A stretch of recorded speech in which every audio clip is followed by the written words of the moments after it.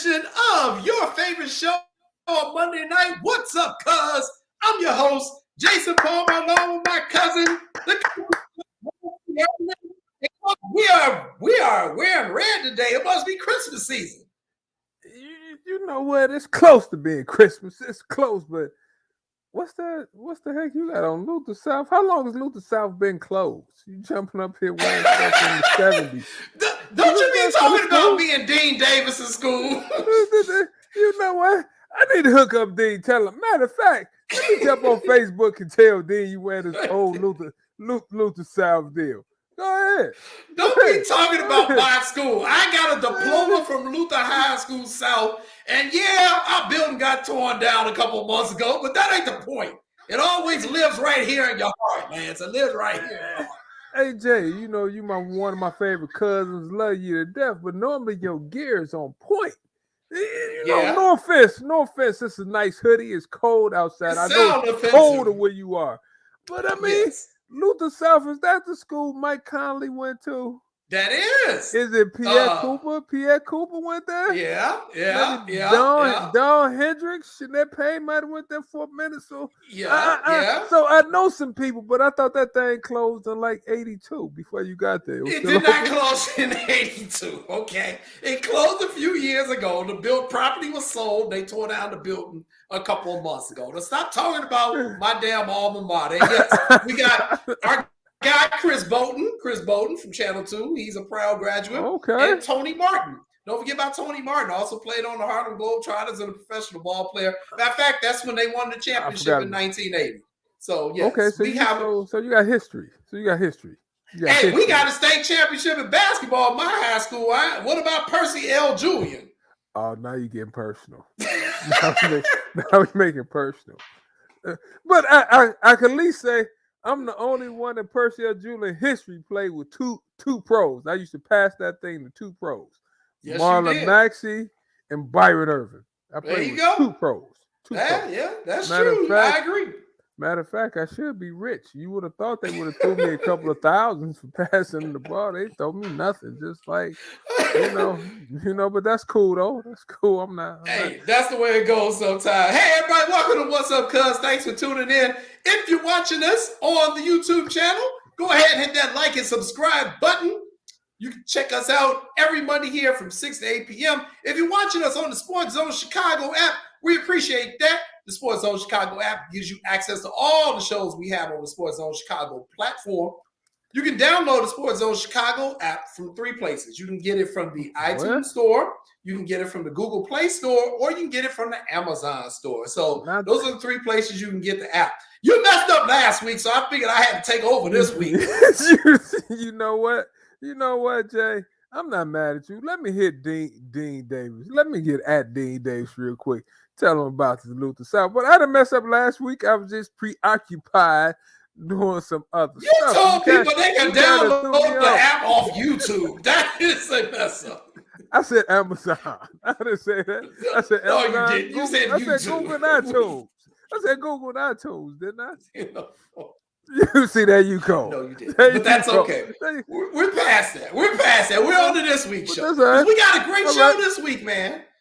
Ooh, Did you know who we got? Oh my God. We got good guests this week. So this week, we're focusing on high school girls basketball here in Illinois. You know, Illinois is known for high school hoops, but much of the attention goes to the boys' side. But we've got a huge tradition with our girls side of prep basketball too. You know what, Dewey? So, this is you talking about championships. This Whitney Young, this Corey Irvin with Whitney Young. We talking about some of these high school rings, Jay. I mean, we're talking about some of the high school rings. Okay, yes. Okay, that's all right. And we've got two great coaches coming on. Oh my God, these two guys, both of them are putting in work.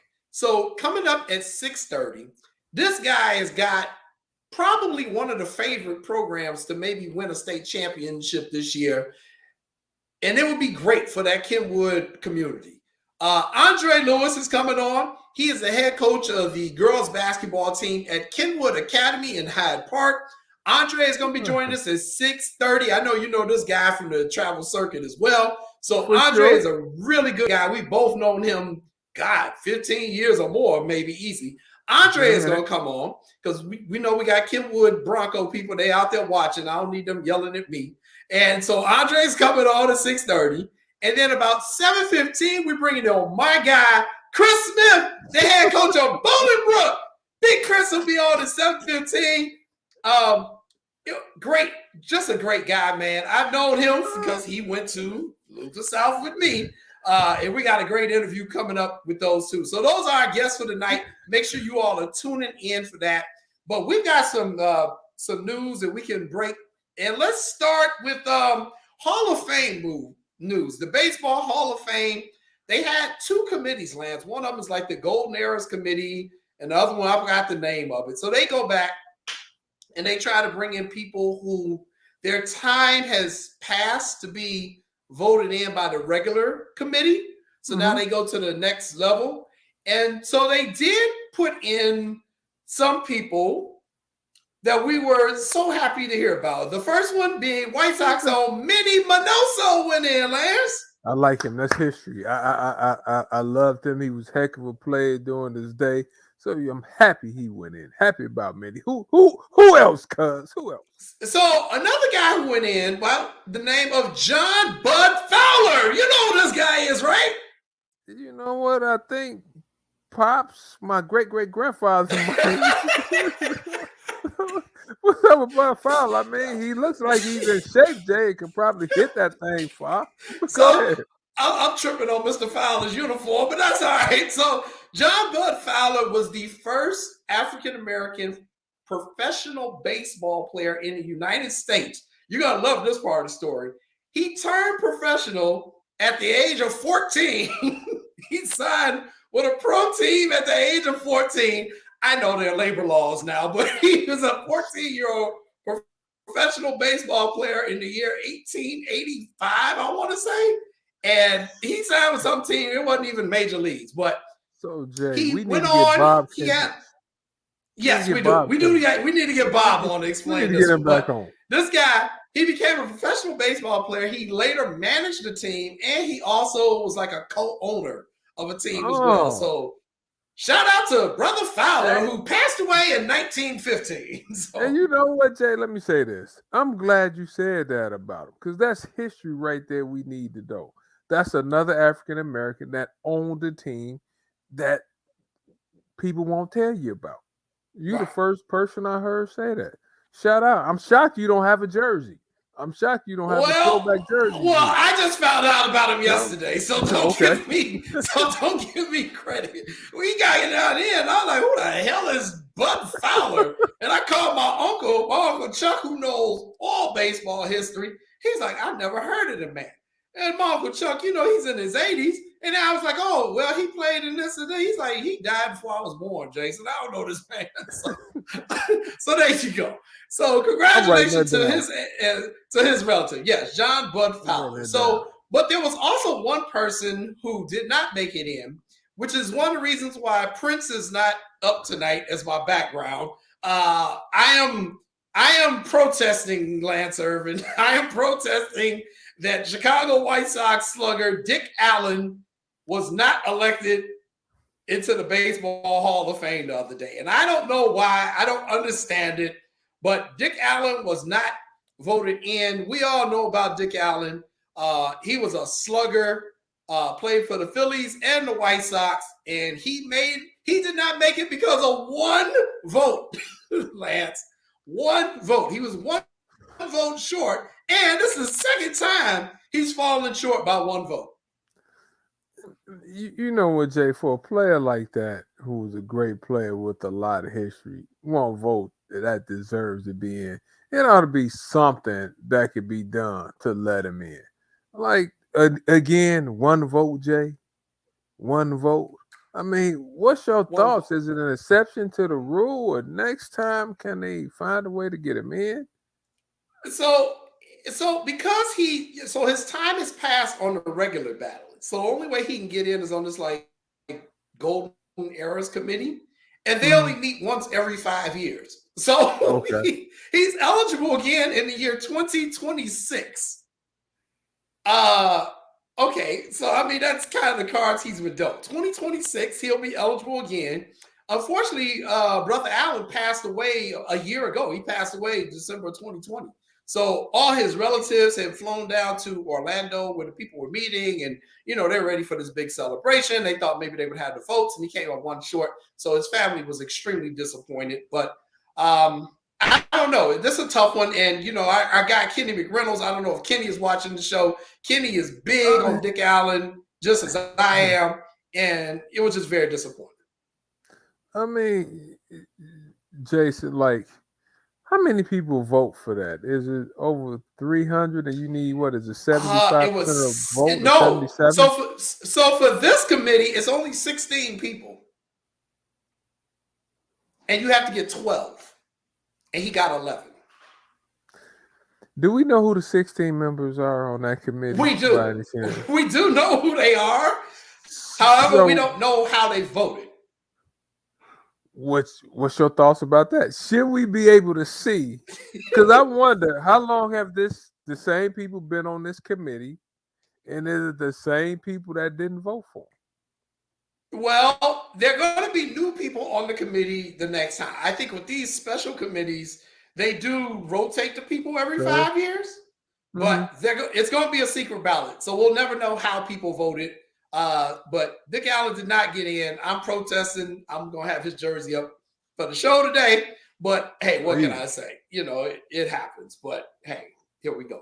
All right, let's move on to our next topic. So speaking of disappointments, we got some terrible, terrible, terrible news this morning. And I had to inform you that a very close athlete of yours, one that you completely back, passed away earlier today. Medina Spirit, the horse who cheated in the Kentucky Derby, had a heart attack and died today on the racetrack with his trainer, Bob Cheating Baffert, who we all remember Lance Irvin back in May talking about, well, Jason, if you knew the man was cheating, I would have bet on him.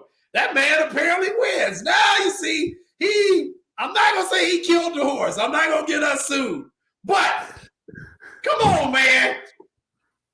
It's first of all, did they say he was cheating with his horse? Yes, they said he was cheating with the horse. They absolutely said he was cheating with the horse. It's not a question. When you called me this afternoon, this morning, and like I said, I'm not trying to laugh because the horse died. I don't want nobody to think it's not I'm funny, but it's funny. Exactly. That's a great way to say it. It's funny, but it's not funny, right? I mean, but Jay, how they gonna take all his records away? I mean, like I said though, it's Bob Baffert. Okay, I get it, Jay, but he's been doing what he was doing for a long time. And not one of the best horses in history is not around. So it like I said, when you called me, I was like, makes a lot of sense now. Well, and now the conspiracy theories have started. People are saying that Bob would have hit out on the horse. Because the horse was going to testify against Bob. So Bob took the horse out and took the insurance money and ran. It's all sort of conspiracy theories now going on social media. But the horse was doing a workout today under Bob's, tutelage. And the horse completed 5 furlongs and collapsed and died on the racetrack. So, but they allege he was cheating. They allege. That's all. I'm not it's not alleged at this point, Lance. The man was cheating. The man was cheating. Thank you, Ivan. Thank you. Oh my God! First of all, I was not Medina Spirit. Yeah, we'll get on him in a minute. We got a whole 5 minutes on that situation. But so Medina Spirit, may his spirit rest in peace. So what can I say? Yeah, you just go rub it in today. You just go rub it in this week. I had a bad week. Hey, what can I do? Some other now this actually is not funny. This is actually not funny story. yesterday during the UConn Notre Dame women's game. There was an injury to Paige Becker. We reported last week that Paige Becker had just signed an NIL agreement with Gatorade, and a few days later, here she is playing in the game. She suffered a non-contact knee injury. It didn't look good. I haven't heard the latest update on it, but they had to literally carry her off the court. And you've seen enough knee injuries, especially in basketball. When they say it was a non-contact knee injury, what immediately goes through your mind? I mean, when I hurt mine after I was finished playing, because the one on my left knee was like that was gone, so that was completely shot.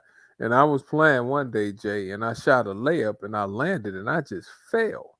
And I tore my ACL and my MCL. And when I saw her dribbling and she planted and fell, I was like, that's not good. That's not good. Then I read, hey, Dean, no, I'm not going to tease you, but I'm glad you jumped on Dean Davis. He's the only one. Dean, do you have one of those old Luther South tops that Jason has on? He has that old Luther South top on. That's why I said, let me hit Dean Davis to verify that's an official Luther South top. So, Dean, please let me know if that's an official Luther South top. But anyway, Jason, when I saw her plant, and Dean know from having different knee injuries and stuff, when I saw her plant and she fell, Jay, I was like, that's not good. Then when you hear the words, we're going to give it 7 to 8 hours for the inflammation to see what happens. Those cold words, and I hope I'm wrong, and I hope. But at this point in time, it's not good to me. Yeah, it's not good. I agree. I agree. And she signed a big deal. So that's one thing they were saying with the name it. It's in the Hall of Fame. See? There you go. He ain't got my back. Braves for life, baby. Is he in there? Is he in there because he had records like John Starks? Or is he in there? Let me know. But is it, Jay, does she still get her money even though she barely played? She played one game. Oh, yeah. One game. Because it's an endorsement deal. It's not her fault she got that. Why you signed them things? So it's not her fault, that she got injured. She'll get that money from Gatorade. It's an endorsement deal. And she'll bounce back. But I know that one of the comments you made last week, and this is my concern, you had said that she was probably gonna go pro after this college season. Yes, whenever she could come out, she was gonna come out. And Jay, she's a player of the year candidate for sure. She won every award you could win as a freshman. Player of the year, All-American team, conference player of the year. She's a special player. So now to have her go out for a huge period of time, which we really don't know the extent of her injury. I mean, I'm shaking my head right now, Jay, because she is special, and she still might be special because we don't know what's happening. But she's a special player, Jay. Special. So, we praying for her, and hopefully we will hear something soon. Yeah, I agree. So really sad. Really. Yeah, really I agree. Really sad. I really hate to see and that. And Jay, somebody said she's really talented too. So let me ask you this, Jay, because somebody made a comment Michael Porter, Dean talking about his back. Hey, you know what, Jay? We need to have Dean Davis on the show one day. We need to. I'm gonna miss the show one day. We need to get John Starks on. Viewership's gonna go up.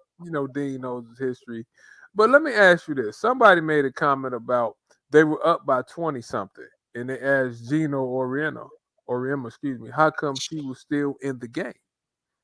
And he said, because I feel better when she's on the court.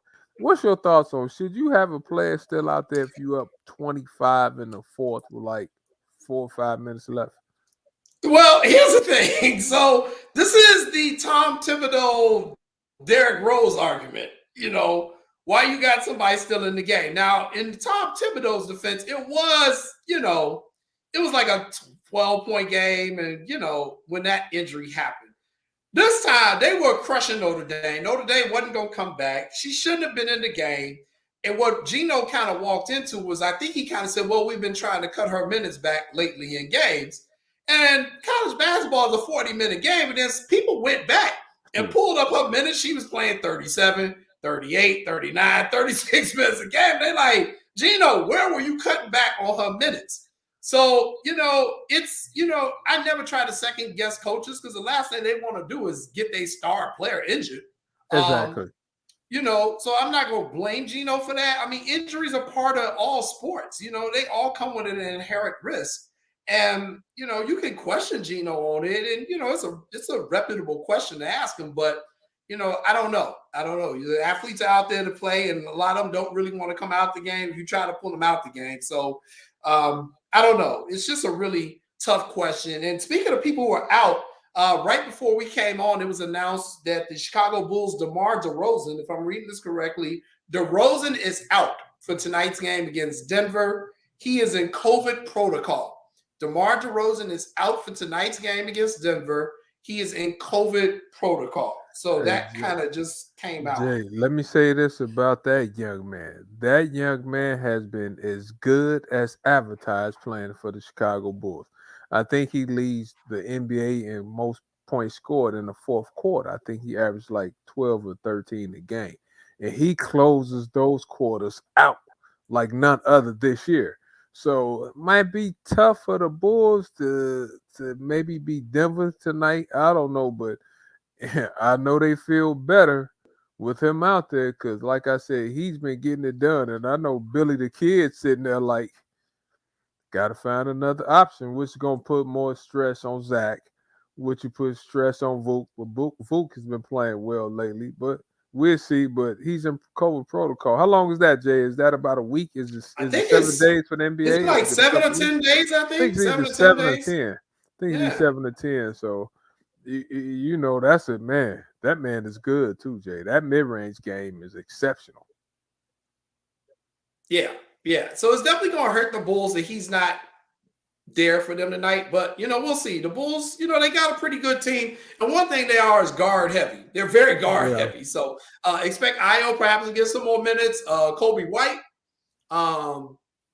Somebody goes, that's like 20 points. So, you know what? AC probably can pick up some of the scoring slack a little bit. I know Kobe White has been playing a little bit better since coming back, and his productivity has been better each and every game. But I don't think they could close out like DeMar can close out. I tell you that, but hopefully Io gets some more minutes. Kobe White will step up. And, those guys will be able to come out with the win tonight. But it's going to be tough, though. Yeah, I agree. It's going to be interesting. I mean, you go on against Denver, they ain't no joke. So, it's not like you playing against some old also-ran. So, we'll see what happens with that. Good luck to the Bulls tonight. Good luck to them. I mean, that's all I can kind of say on that one. But, you've coached before. Injuries are part of the sport. And, just next man up. Somebody got to step up. So we'll see what happens from here. So we got another topic. I'm gonna hold off on that one for a minute because we got our guests coming on. I want to talk with them about that. But trade for Bobo. Dean Davis said we should trade for Bobo. I don't think that's gonna help us, Dean, but who knows? They need some inside help, Jay. Seriously. The front line is small, and when it comes time to the playoff, if you watch the Knicks game, you could tell how my man Julius Randle just destroys them every game. They done played them twice already, and Julius Randle probably averages about 34 a game against them. But they do need some front line help. So with that being said, though, we shall see in time. Yeah, we'll see in time because they definitely need some help. So, man, we got a lot of sad news for the topics. I'm sorry. I put this script together, so this is absolutely my fault. So I will take the L on this. But our former guest, our homegirl, Sarah Gordon. Sarah Gordon has been traded to that is not Sarah Gordon, but Sarah Gordon, Chicago Red Stars. She has been traded to Los Angeles. We kind of got word that this was coming. And Sarah has been traded. She sent she tweeted out a very nice thank you to Chicago. You know, she's a Chicago girl, having grown up here and then went to school at DePaul, and then she was drafted by the Red Stars. So the only thing she's known is Chicago. But Sarah's been traded to Los Angeles, and people ask, why would you trade the person who's the heart and soul of your team? Which I agree. And one of the things we have to understand with some of these up and coming women's sports that are not quite established yet, because they're not making the income that some of these big money revenue making professional sports are, they have to do certain things. And for Sarah, you know, when she was on our show, she talked about her modeling career. She talked about her sideline reporting that she does for ESPN as well. So for her, this trade was a request by her. So she requested to be traded. LA agreed. So now she'll be able to pursue her modeling career more in Los Angeles, and she'll also be able to do more with her sideline reporting gigs because she's out there in Los Angeles. So for her, this is a great career move. For the Red Stars, it's a definite loss. For the fan base, it's a loss. And I just bought the damn jersey a month ago, and now she already gone. So, I mean. But, Jason, let me ask you this. Being a member of the media, how come she can't get those same opportunities in Chicago, which is the third biggest media market in the country? Like, it's ESPN, she can't get close to what she can get out there in LA. And I understand about LA, but you would think. Well, here's the thing. Remember, ESPN also has kind of bases in Los Angeles and out on the East Coast. They don't have a base in Chicago. They don't have a studio here in Chicago. So, you know, out there, she's going to have more opportunities. And it may not just be ESPN. You know, maybe she wants to go to Fox Sports or NBC Sports or, you know, someone else, you know. So there's going to be way more opportunities for her out there in Los Angeles. And so, you know, the best we can do is to wish her luck in that. Thank her for everything she did for Chicago. And my God, she did a lot. She did a lot and was, for the most part, the face of the franchise for the Red Stars. But, you know, I sent her a very, you know, heartfelt good luck message, and we'll miss her. But, you know, she'll be back. You know, Chicago's home for her, so she'll be back. And, of course, they'll come to play the Fire. And I think the other thing, the NWSL is actually expanding next year. They're getting, I think, 2 more teams. So there's going to be an expansion draft anyway. And there are only so many players that the Red Stars could protect in the expansion draft. So I think, you know, it was just kind of a win for everybody. And let's be honest, you know, if you're the league, you want a Sarah Gordon in a major market like Los Angeles. You know, let's just be honest. They got to promote the league. So makes a lot of sense. All of us who watched the movie A League of Their Own back in the day saw when they traded his old girl's sister to Racine. And they were like, Donnie, we can't trade you. You're the face of the league, girl. We gonna trade your sister. So but it still is business. But with that being said, Jay, could you have told her, I'm not ready to trade you right now? Could they have told her that? They could have, but I mean, you know, do you want a black woman mad at you because you messing up her paper? I wouldn't be doing that. I mean, yeah, they could take a hard stance on it, but I don't think that would be smart. So they went ahead and traded her. So, you know, Sarah, we wish her the best of luck. She will be in Los Angeles. So I know Coach Andre is coming on in a few minutes. He's probably up. He just sent me a message, so I got to send him something. We're going to take a commercial break. Then when we come back from the commercial break, we're going to talk about our super producer. So we'll be back in about 2 minutes. We're going to talk about our producer, and then Coach Andre Lewis will be on. You're watching What's Up, Cuz. I make my living asking tough questions. So here's a question for you. If you had the power to save a life, would you?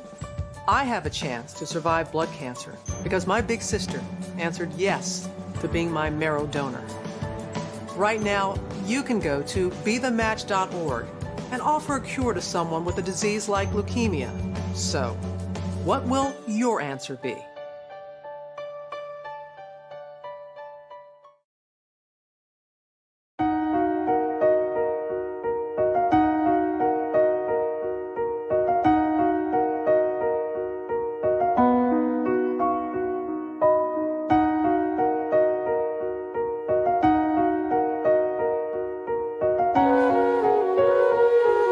And I'll be right back. Okay.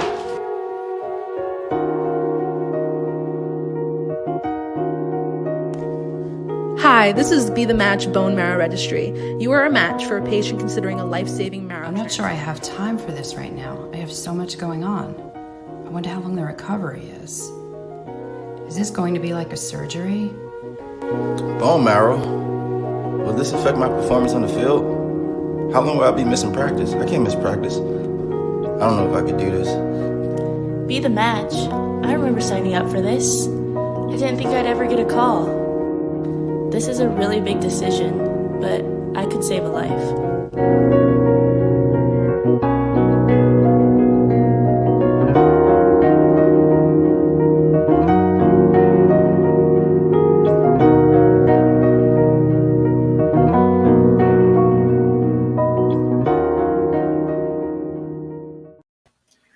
Welcome back, everybody, to What's Up, Cuz. I'm your host, Jason Palmer, along with my cousin, the coach himself, Lance C. Irvin. And we got to talk about our producer. So, just first of all, we got to make sure he is streaming TV ready because of where he is. He says he's good. Okay. Ivan, you can come on the screen now. Oh, I've been on the screen all day, so I'm comfortable with this. Oh my goodness. The show is reaching another level. So first of all, I'm hearing a beep in the background. Oh yeah, that's nothing. Ignore that. That's just I need to switch the. Or they need to come in and switch my IV. It's nothing. I know what the problem is, Jay. See, you and Ivan are always trying to outshine me and outdo me. And you remember I was sick a couple of weeks ago, but I came on, right? I had a little I really wasn't feeling good, but I came on. But Ivan is trying to take this to a new level now. You might have had the flu game, but I got Bernard King's broken leg, so so I got that game tonight. But no, I'm okay. I'm gonna be okay. I'll be all right. Okay, what happened? I was working out on Thursday, and I thought I was taking. I mean, I took it. It was all body weight. I didn't do anything crazy. I was running. I ran back extensions, pull-ups, and then I flipped the tire a couple times. Got home, I was fine. I did the show, Sean and Maya, on Friday. And after the show, I laid down to kind of stretch the back because the back got stiff. I tried to stretch it out, and then I just started seizing up like something awful. It was like the worst pain I ever felt, like physically I ever felt. Like just from the lower back shooting down to the middle of my thigh. And I couldn't move the leg was locked. I couldn't move it. I was dragging it on the floor, like crawling to the front door. My wife and my mother was there to watch my kid while my wife went to the store, but they couldn't do nothing for me. So they ended up calling my dad. They took me to the hospital. I ended up the muscle ended up failing. So that's going to be loud. So it's ended up failing and started pumping creatine into me. Mm-hmm. And the levels are just ridiculous. So go ahead. You can come in if you want. I'll be right back. See, that exemplifies how we do things at What's Up, Cuz? Rain, sleet, sickness, hospital rooms. Yes. And I'm very happy he took himself off the screen because as the nurse came in, if you haven't noticed, he's wearing a hospital gown and he turned around in the hospital gown. So now I have to look at his hairy ass off the screen. So but I need to tell him. When you're in the hospital, his swag has to be better. I wasn't in the hospital wearing a gown. I had on top of the line Nike stuff. Nike stuff from head to toe. Byron and Mike came in there. They said, I thought you was sick. No, I had on drip, like the young fellas say, cuz my drip was sharp every day. Oh, Lord have mercy. Anyway, I'm not fooling with you today. Our producer. So our producer is currently in the hospital. We told him he didn't have to do the show. He said, no, I'll be fine. And he's been producing shows all day. So he's okay. So the beeps you all hear in the background is just his IV bag. But he is okay. So he's apparently talking to his nurses now. They're changing his IV. So, hey, let's get to our first guest because he is not in the hospital, thank God. So we have him here. And this guy, you know, Lance, we've known Andre for quite a long time. And he's the head girls varsity basketball coach over there at Kenwood Academy. And they are having a great season. They're still undefeated right now. They just won at the Chicago Elite Classic over the weekend. And I've known Andre since he was coaching at Harlan. How far do you and Andre go back? Man, that's a while, Jay. I've been knowing Andre for years. You know, you try to know coaches that's out there doing something. See, you better know him. He's been doing something for a long time. And now he's at that powerhouse over there at Kenwood, Jay. So Andre got everybody stopping over there, calling them. And, you know, he's doing really good things at Kenwood also.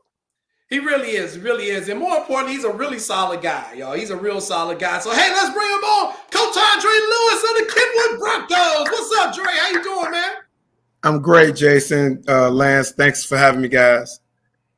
Oh, man, thank you for taking the time. We know it's the middle of the season and between practices and games and traveling and everything. We really appreciate you taking the time to come and talk to us about your program, what everything you got going on over there at Kenwood, man. Well, thanks. It's a great time to be a Bronco. I'll say that. You know, Saturday was a wonderful event. You know, the Classic is always elite and it's always special. Got a chance to, you know, have my group, you know, participate for the first time, and they had a wonderful experience. And then, you know, we came back and watched the boys do their thing in the evening. So it was a great day for Kenwood. You know what, Dre? I said, I don't know if you can see my pictures over there, and you know, I want to tease you because what Jason said we was having coaches on. It's about getting these rings over here. And at the end of the day, I just wanted to get you fired up a little bit because I know you get fired. I know you want to be fired up. What's the outlook for the team this year, Andre? Because you always loaded. What's the outlook for the Kenwood Broncos this year? Well, to be honest with you, Lance, we're only concerned with two things this year, and that's plaques and trophies. See, that's why. Go ahead. Come on, Coach. Talk to me. Yeah, I mean, everything else is irrelevant. I mean, we trying to get it done. You know, our motto this year is the future is now. So, you know, we got a great group. We have senior leadership. We have athletes. We have length. We have size. We can shoot it. You know, the only thing that can stop us is us. When you talk about trophies and plaques, Coach, do you think that puts added pressure on the young ladies to perform? No, because this is what they want. Every year at the beginning of the year, Lance, I ask the players, what are we trying to accomplish this year? And that's the goals that were stated by the players. You know, when your best players are also your hardest workers, you know, great things can happen.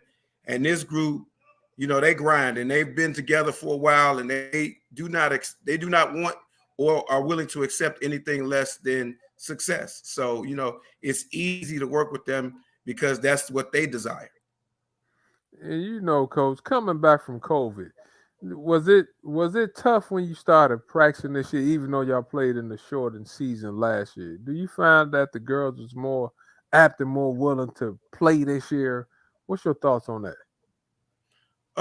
Honestly, my players were very excited at having a full season.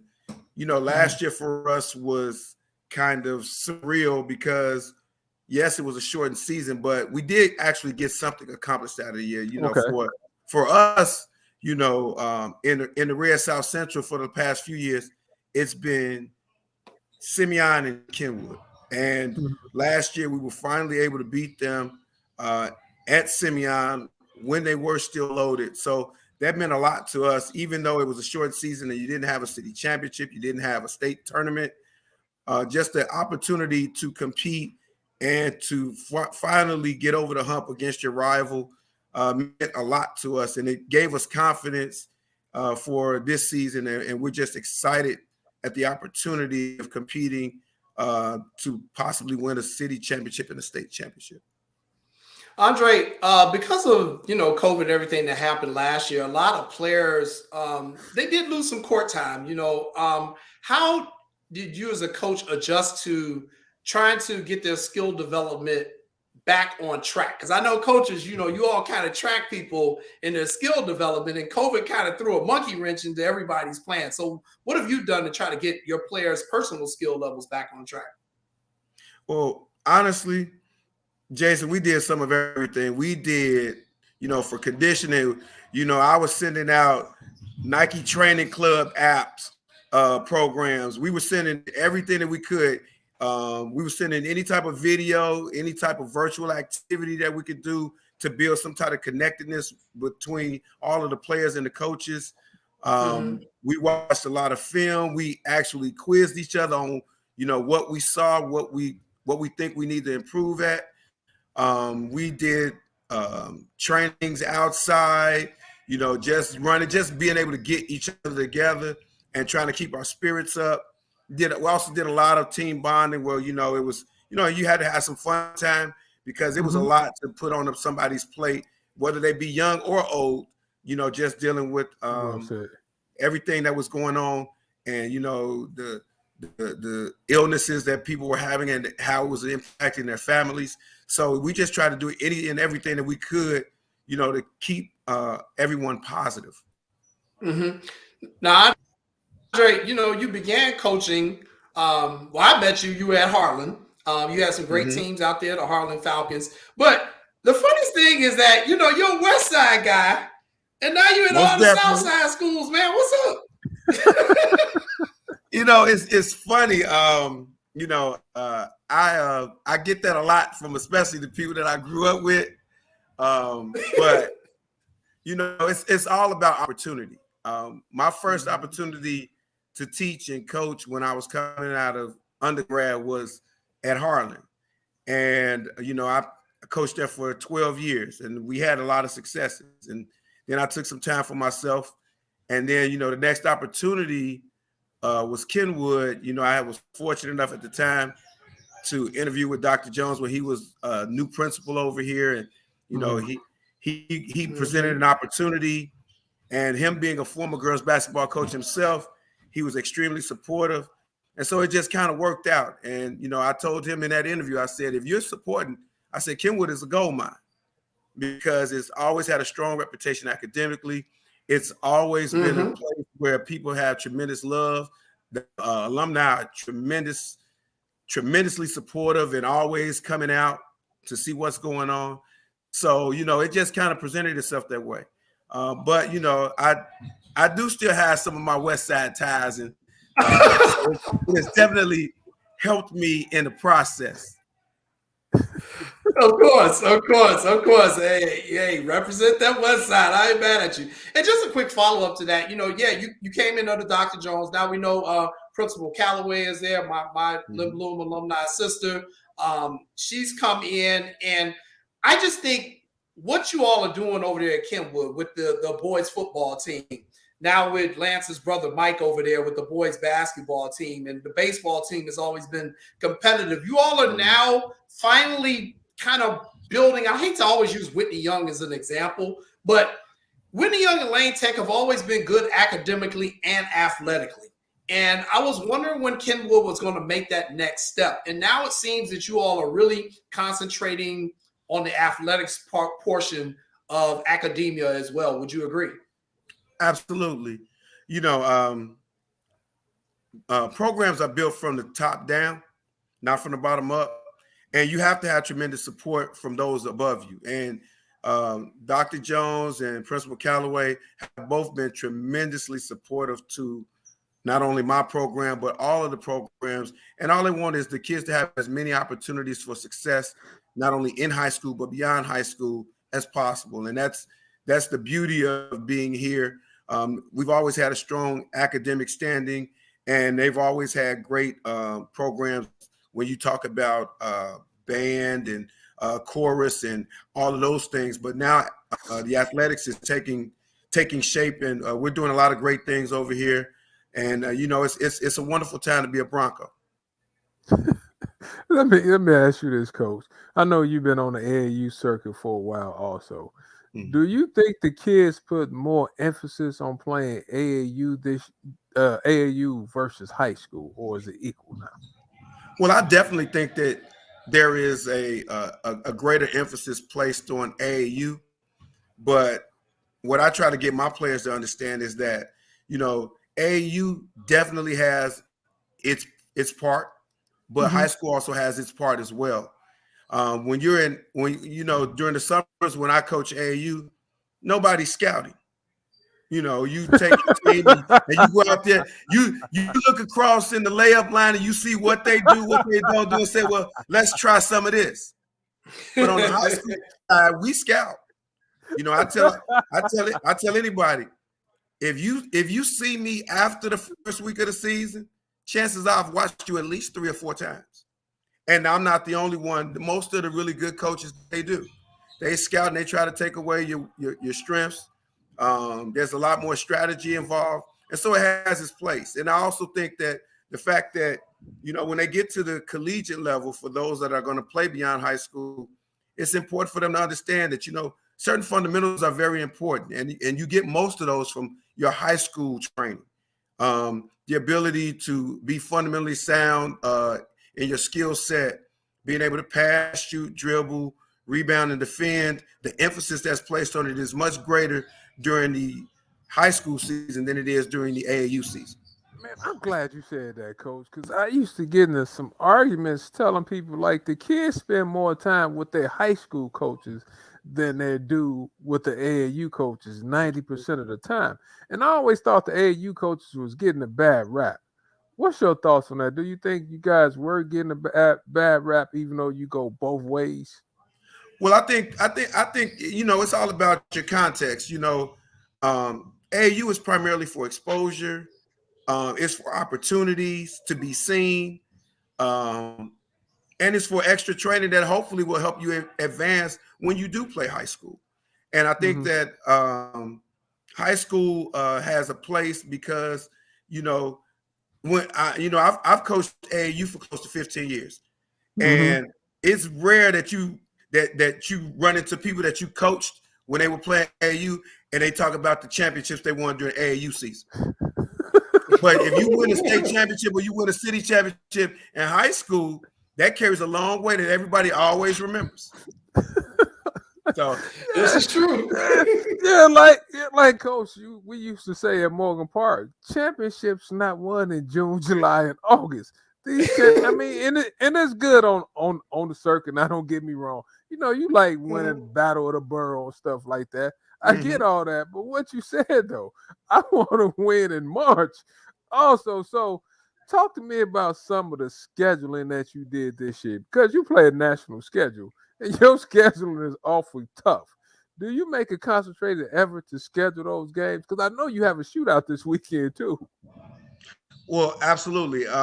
It's definitely a concentrated effort. I basically feel like the only way you can be the best is to play the best. You can't get around it, and you shirk your duty when you're not giving your kids every opportunity to get better. And so it's extremely important for us to play as competitive as a schedule as we possibly can. Last weekend we played against Joliet West. Joliet West features Lisa Thompson. She's the top-rated 2023 in the state of Illinois. She has over 30 Power 5 offers. That's important. I mean, one, it helps us get better because we're gonna play against the top tier talent, and 2, it helps her get better. This weekend we host a showcase in the park.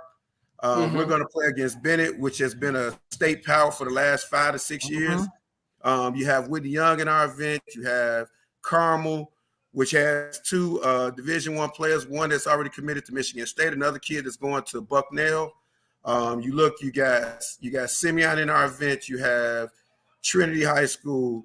You got some of the best, public and Catholic. And I think that it's important that we get an opportunity to showcase these young ladies who have tremendous talent and give them an opportunity to be on stage for everyone to see. You know what, Coach? You just talked about some of the better players that we have in the state, right? And let me ask you this. Do you feel like on the men's side, they used to say like the best talent is not staying in state? Is it the same way on the girls' side? Do you feel like the best talent is staying in state? What's your thoughts on that? Honestly, the best talent is not staying in state. And there are several reasons for that. One is I think that the schools in state need to make it a concerted effort to keep kids home, and I don't think that they do a great job of keeping our best talent at home for many reasons. One being that I honestly think that for certain schools they have issues with the backgrounds of some kids, and I think that they also don't understand the lay of the land when it comes to certain schools. You know, I'm at Kenwood Academy in Chicago. So to the outside person, they'll say, well, Coach Lewis coaches at Kenwood, it's in Chicago, it's on the south side, and they'll leave it at that. And so a lot of people will naturally assume, you know, like a lot of the stuff, unfortunately, that we hear about schools and areas of our city, they'll lump us in. But they don't know that Kenwood is in Hyde Park. They don't know that Kenwood resides three to 4 blocks from President Obama's house. They don't know that, you know, the majority of my kids come from quality homes and they get a quality education. And 95% of my kids since I've been here have been academic qualifiers. So it's not even a question of if they're going to be able to participate and receive a scholarship. They're going to qualify because we make it a pointed effort to do so. But they don't know that, and then they're apprehensive, you know, and that's unfortunate. And so, you know, you go where you want it. And unfortunately, a lot of the schools in our state, they have not shown a concerted effort to really want the best kids because, you know, I mean, you look at my best player right now, Brianna McDaniel is going to Texas A&M because they showed her love. She tore her ACL last year. That they got on the phone the next day and were like, we don't care. You're still wanted here. And so they've monitored her and they've been with us every step of the way. And they have not deviated at all. So you know, you got to go where you want it. Yeah, I agree with that, Andre. And I think that's very disappointing to hear that because, you know, screw all the background stuff. You need talent if you want to win. I mean, talent. You got to get the talent. So I've always been shocked, and this goes all the way back to when some of our best players were going to Tennessee or they go to UConn a lot. I've never quite understood why Illinois can't keep our best female basketball players within the state of Illinois. And, you know, hopefully, you know, some of the coaches are hearing this show and they're listening to what you're saying, because I think you're representing what a lot of other girls basketball coaches also feel about it. Andre, one of the things that I also want to talk to you about, because you even said it before, you're not just a coach, you're a teacher. Absolutely. And not all coaches are actually teachers as well. They have come from all walks of life. But you're actually a Black male school teacher teaching in a public system in the city of Chicago. How important is it for you, your teaching career? Good question. My teaching career is very important. I couldn't have become a coach without being a teacher first. And many of the things that I've learned, the concepts that I truly hold dear, come from my teaching background. I remember as a younger coach, you know, as young coaches, we want to build it and we want to show everybody we can coach and we want to win so bad. And, you know, one of the things that I learned as I really got into coaching is that, you know, certain core values have to remain consistent. And that's the first being integrity. You got to go about it the right way. And then I try to treat my students the same way that I treat my children. And I try to treat my players the same way I treat both of them. And, you know, you want to make sure that you're always looking out for their best interest. And a lot of times you have to look out for their best interest when they don't see it. So that's critically important. And I learned all of that, you know, in the classroom, dealing with young people and trying to, you know, help them navigate this teenage life that they live. You know, coming up, Coach, did you have any mentors, anybody on the sideline, even in the classroom, where you looked at them like, wow, they doing a great job. I wonder if I could do just as well as they can do. Mm-hmm. Oh, absolutely. It's funny you all mentioned it. I don't know if you know this, but I'm a Lane alum. So when he mentioned I Lane didn't know earlier, that. yeah, I'm a Lane alum. Shout out to Lane. But I had an ethnic studies teacher by the name of Miss Scott Kelly, who enlightened me. Gave for the first time I saw myself in what I was learning. She was the one who assigned me the autobiography of Malcolm X, and it changed my life because the first time I could actually see somebody that I could relate to, and his struggles in his book were my struggles at the time, and you could see his plight. And so, it gave me an opportunity to, see somebody who actually came before me going through a lot of similar things, and then also voice his outrage. So that definitely helped me, and she helped me a lot. And when I became a teacher, she was a mentor with me until she retired. So definitely her and several other coaches. It's funny. I met Chris Head when I was 14 years old on the West Side, and Chris wasn't that much older than me, but he was already coaching. So I've known Chris for close to 30 years. So it's I look to him, and I grew up in East Garfield Park, so I didn't know her back then, but Coach Gators, what she did at Marshall, we were all aware in our community. So I've been fortunate to have many people that stood out in my life. I gotta ask you something last before you get in. Go ahead, because he said something. Now I gotta ask it. Go ahead. So what was it like back in the day for you getting on them buses and trains, going from the West Side to Lane Tech, and all your friends probably was not going to Lane Tech? Oh, it was great for me. It was tremendous for me because Lane gave me an opportunity to see a different side of town, see a different experience, and I still have many of my friends from my Lane days. We still communicate to this day. So I mean, it was just a different experience, and it gave me a different opportunity. The funny thing is that when I applied for Lane, I also applied for Whitney Young, and I got into Whitney Young, but my grandfather, who was my primary guardian, he used to work right down the street at Montefiore. And me understanding who I was, I wasn't going to Whitney Young. I wasn't going. Oh, come on, Dre. Let me ask you this, though. Chris Head is a very good coach. And I think, I stole some ideas from Chris. Did you take anything from watching Chris coach that you use? Coach with passion. Be straightforward with your players. Hold them accountable, and they will love you for it. And I've found that to be true. Well said. What do you think the state of the women's game is today in Chicago? You think the Chicago Sky has helped women's basketball?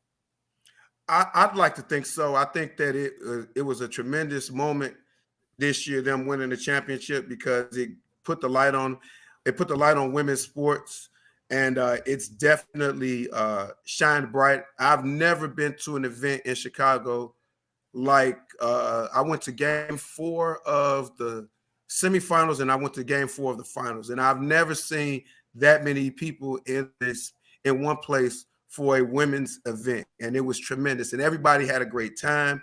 Everybody was extremely supported and excited. So I'm hoping that it continues to build.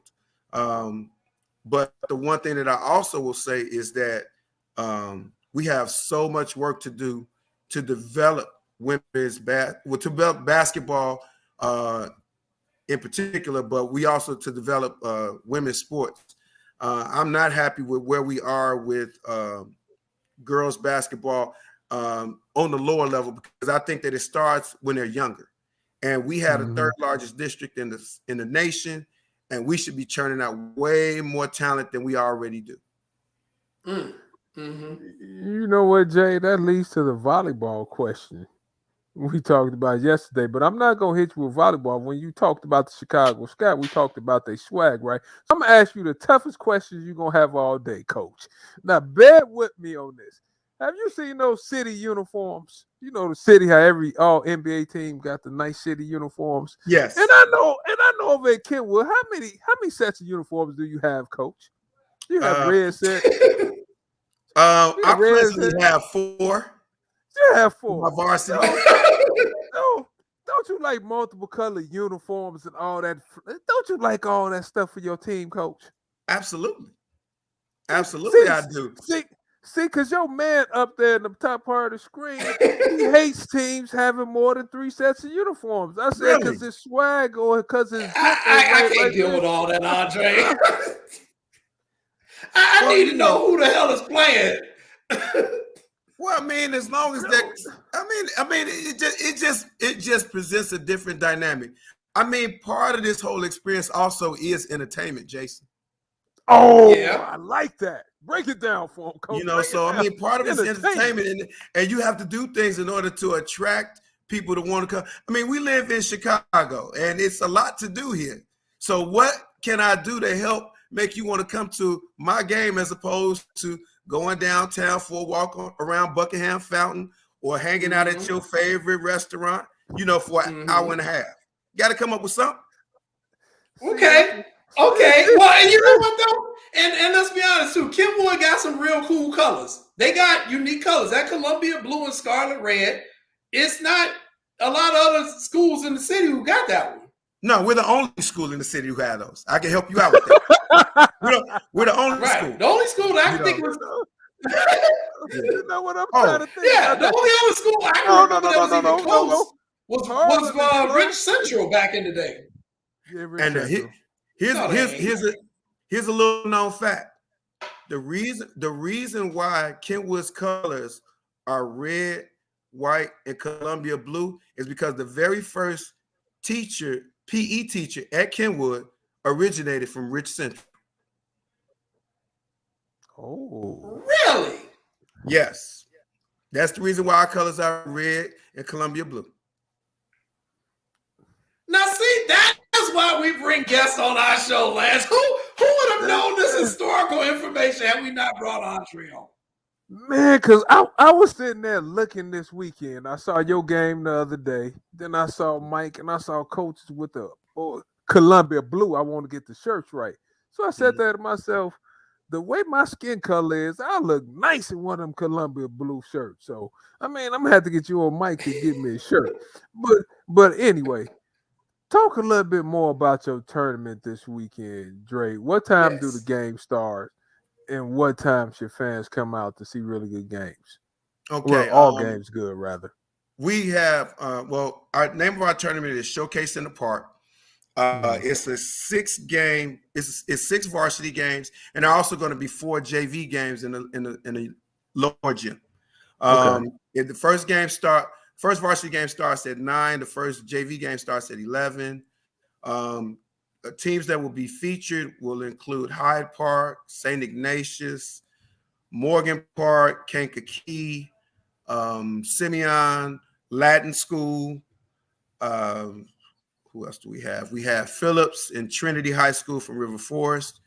We have Whitney Young playing against Carmel from Mundelein. And then the last game of the day at 7 o'clock will be Kenwood versus Bennett Academy. And that's loaded.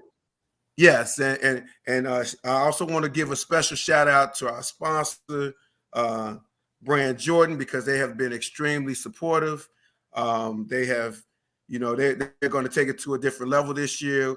We will have some giveaways. We will have some activities going on through the course of the day. We also have a host that will be there, and so it's going to be a family-friendly environment where they can get have a lot of joy and watch some good basketball. So they're going to see good basketball. They're going to have a DJ and they get a chance to watch some Jordan 11s. Well, I'm not sure. I think they might get a chance to get something free. They might get a chance to get something free, Yeah, don't let Lance put you out there like that. No, I didn't. I was just talking. But Jason asked, where are the games being played? Kenwood High School, correct, Coach? Yes, all the games will be played at Kenwood High School. You can come to the PE area of the building. There will be signs and everything. And if there's two teams at two different times, there's only one price for the day. It's $10 for the day. And, you can come hang out if there's a particular team you want to see early, you come watch them, then you can leave. I mean, 53rd Street is only a couple of blocks away. You can get a great meal on 53rd. Hyde Park is a little different. It's like a township all to itself. Yeah, without a doubt, man. It's going to be some great basketball there. And it's funny, you mentioned the shoot around. It's hilarious. Because I remember when Andre first got over to Kenwood, and I think CPS was doing the holiday tournament there, or something they were doing there. And Andre's team wasn't playing, but, all the teams were playing. And Cindy had me doing the PA for a couple of the games. So I come in there, and I'm wearing my Mac Irvin Fire shirt. And Andre was like, I know. You didn't just walk up in my school in a Mac Irvin Fire shirt, Jason. I'm like, I'm just here to do the announcing. Don't be mad at me. So, like I said, we all go back and, always the rivalries between, his travel teams and the family's travel teams. It's just, it's just all part of basketball culture and love here in Chicago, man. Man, because at the end of the day, he's supposed to stick up for his brand. Because I'm going to stick up for my brand. Trust and believe. No offense, because at the end of the day, I always been like this. As long as we sending the kids to school, yes. I get it. At the end of the day, you done sent the countless number of kids to school. How many? We sent the number of kids that it's just like, why did you first get into the business anyway, Coach? Was it to send kids to school? Talk to us about that real quick. Well, yeah, that was part of it. I mean, I just see basketball as a tool I see basketball as an opportunity, and so many of the things Lance, this, Jason, this. I mean, so many things that we learn from the sport. Yes. You build camaraderie, togetherness, mental toughness. You got to be resilient. You got to learn to overcome adversity. You find out a lot about yourself as a human being through sport. And so, I wanted to provide an opportunity for the next generation because basketball did a lot for me.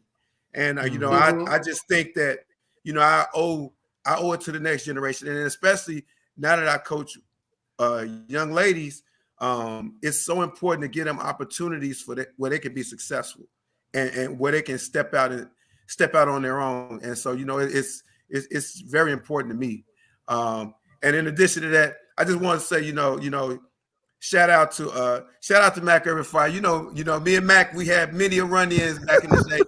And it's funny because, we laugh and joke about it now. It used to be heated, but, with age comes maturity. And, I appreciate the rivalry, but I also appreciate the friendship as well. Hey, you know what, Dre? That's why I'm sitting there smiling, because one day I was over there with Mac. I said, dang, Mac, you and Dre getting it in over here. I was like, man, I'm not trying to lose to him. I'm not trying to lose to his team. Yeah. It used to be real intense at times, Love it. So before we let you go, how do you like your team's chances of bringing Kenwood their first state championship in girls basketball? Well, I like our odds. I mean, we still have a long way to go. We have some young players that are in our rotation that are learning what it means to play at an elite level. And so you have to go through some bumps in the road, and that's part of the process. But I do like our chances. We have to stay the course. We have to stay disciplined. We had a film session a little while ago, and one of the things we talked about is the ability to execute, just being able to execute and not deviate from who we are, so that's going to be huge for us. I know I know you all have my guy, Chris Smith, coming on shortly. That's my man. He texted me the first day of the season and said, "You and me in the state championship. What's up?" I said, "Sounds good to me." DJ, now we getting somewhere, Coach. I was like, stop killing me with the political answer. No. We going down state. We're getting one of these this year. That's it. If I don't, you already said it at the start of the show. But Yeah. I get Plaques I and mean, trophies. Plaques and trophies. Oh my God. I would love it so much if it's you and Chris in the state championship. I will drive my ass to Peoria to see that one in person. But Dre, let me ask you this, Coach, before you leave. Do you think the state championship should still be played in Bloomington, or if you had your choice, would you move it? Well, I'm a firm believer that you should have it where it presents its greatest attraction. And the greatest attraction would be if it was north of I-80. And I'm not saying that to say that it has to be in Chicago. It doesn't have to be in Chicago. If you had it at the Sears Center out there, it would sell out because the majority of the fans, the casual fans, they would go there. They would go to the Sears Center. It would be tremendous. And you would get a larger population. And personally, I don't believe that the downstate people would be upset because that'll be a nice trip for them. So, I'm of the mindset that, certain things, you put it where it's going to have its greatest attraction. I think basketball would be better served if the championships was north of I-80.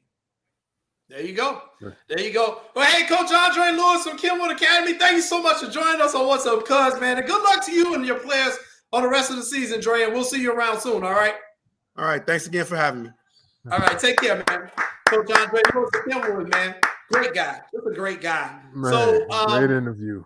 Great interview. We're getting ready to go to a commercial here, and we'll be back with more What's Up, Cuz.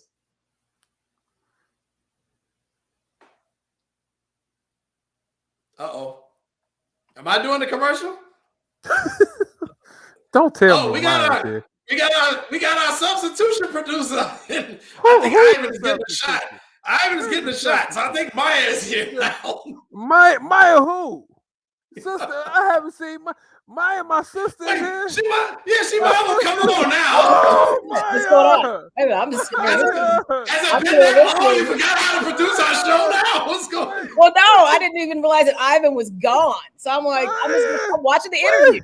So I'm like, listen, watching the game, the Iowa-Illinois. So I'm kind of distracted. So Iowa-Illinois though? Yeah, it came on at 6. So I'm like, when you said that, I was like, where's Ivan? I was like, where's Ivan? Yes. We're going to a commercial break. Then we're coming back with our interview with Coach Chris Smith. Okay, we're going to take a commercial break. Hell, we'll be back. I don't know what we're playing, but I'll make something up. Let's see. You made my day today. I haven't seen my sister. Oh, Lord. This is hilarious. What can I say? What are we playing here? I mean, oh, wait, what's this one? Ivan has all this stuff loaded in here. Lift their voice and say. No, that's not the commercial. No, what's your choice? What's answer the call? So some of the stuff is new to me. What's that? How many points does Kofi have? How many points does Kofi have right now? That's a We're better question. supposed to be in a commercial break, ladies and gentlemen. We are. We're having a commercial break. It's just we are. And impromptu. There you go. Why am I gonna have a commercial break? I'm gonna play this right here.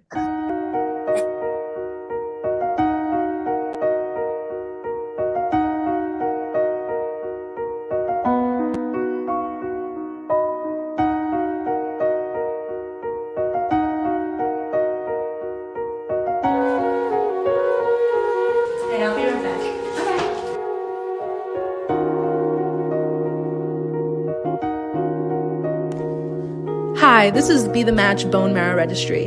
You are a match for a patient considering a life-saving marrow. I'm not sure I have time for this right now. I have so much going on. I wonder how long the recovery is. Is this going to be like a surgery? Bone marrow? Will this affect my performance on the field? How long will I be missing practice? I can't miss practice. I don't know if I could do this. Be the match. I remember signing up for this. I didn't think I'd ever get a call. This is a really big decision, but I could save a life.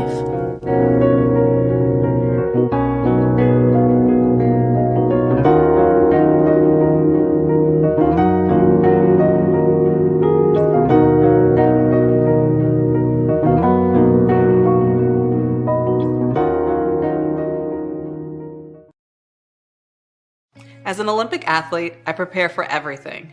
So when I became pregnant, I thought I was ready. But at 32 weeks, I was diagnosed with severe preeclampsia and had an emergency C-section. Looking back, had I known the warning signs, I would have talked to my doctor sooner. Too many women die of pregnancy-related complications, and most are preventable. If you or someone you know is pregnant or recently had a baby, learn the warning signs. It could help save her life. Hear her.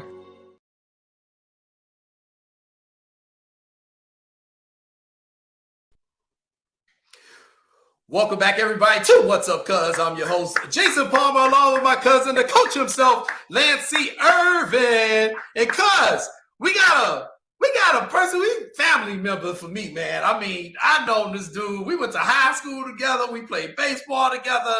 His sister and I are really good friends. We went to high school together. I know his cousins.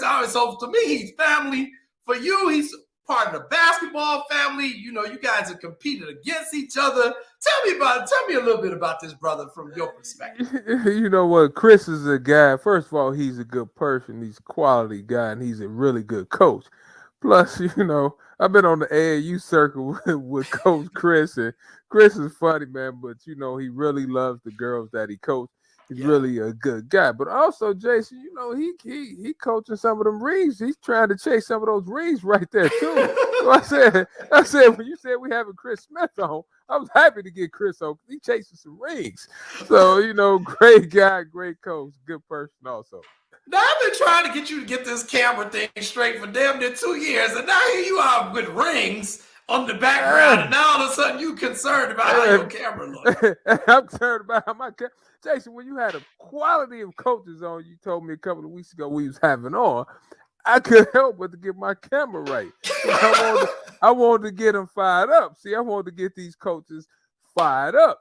So I said, you know what? Let me get these guys fired up. There's a what? 1, 2, 3, 4, 5. That's about five of those things, right? Oh, okay. I'm just checking. Yeah, I think you've done that then.